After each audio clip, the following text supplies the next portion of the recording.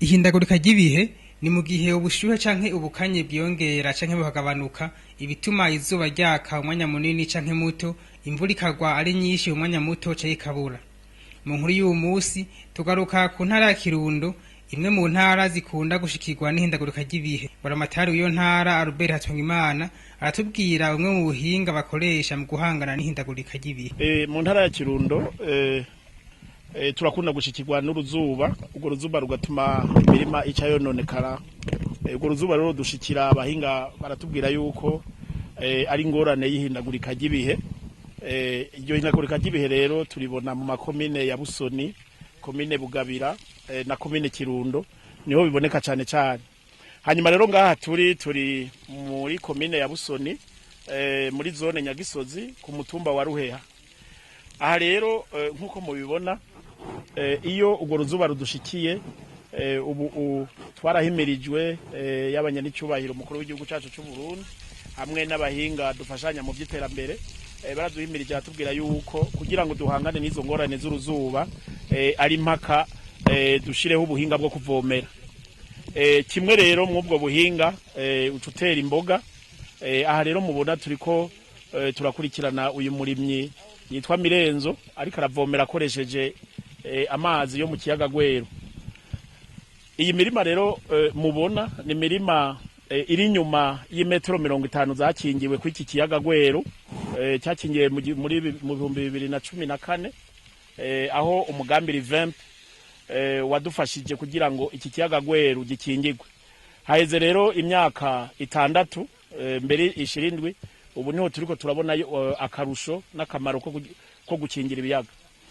Rero mw'ubu buhinga rero bwo kuvomera imirima, n'ubuhinga turiko turahimiriza natwe abene gihugu bo mu Kirundo, kuko nawe haheze imyaka 2 tutabona urwo ruzuba. Abene gihugu barashoboye kurima, hanyuma bagira Imana akavura karagwa. Hanyuma rero ubu twatanguye kandi turiko turabandanya. Umugambi wo kuvomera imirima niyo nyishu irama abahinga batubwiye yuko ishobora kuha ubushobozi abene gihugu mu guhangana n'urwo ruzuba, kuko iyo urwo ruzuba ruje nta mvura isubira kugwa, imirima yose yarimwe ica yuma, hanyuma abene gihugu ntibimbure, hanyuma agaca haba inzara. Ahatari ibiyaga naho hariho aho usanga hariho utwonga tugenda dutemba duca mu misozi mu bene gihugu. Turiko turabahimiriza yuko ayo mazi yose atemba atudupfa kubusa. Nayo nyene bariko turiko turagerageza kubahimiriza baze barayakatisha, barimo imboga bashobore kuzoronka ubushobozi bwo kwimbura no mu gihe inyuma y'impeshi, cya kiringo bita ikiringo c'indimo cyase. Aho rero icyo kiringo c'indimo cyase duca rero turimira imboga, ibitunguru, amashu. Kandi ibi ntibiriko birabera muri komine ya Busoni gusa, no muri komine Kirundo ku kiyaga Cyohoha naho nyene abarimyi bariko barakora nkuku.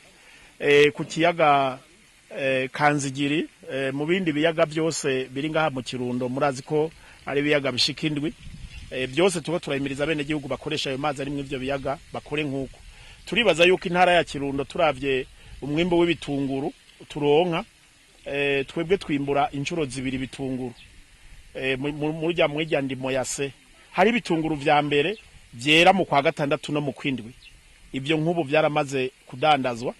Hariho n'ibindi bitunguru biriko biragenda kwera, murabona nk'ibi turimwo, navyo bizera mu kwa 12, ibindi mu kwa mbere. Rero turibaza ko turi intara yoba yababa intara ya Kayanza mu kwimbura ibitunguru byinshi muri iki gihugu dukoresheje ubu buhinga.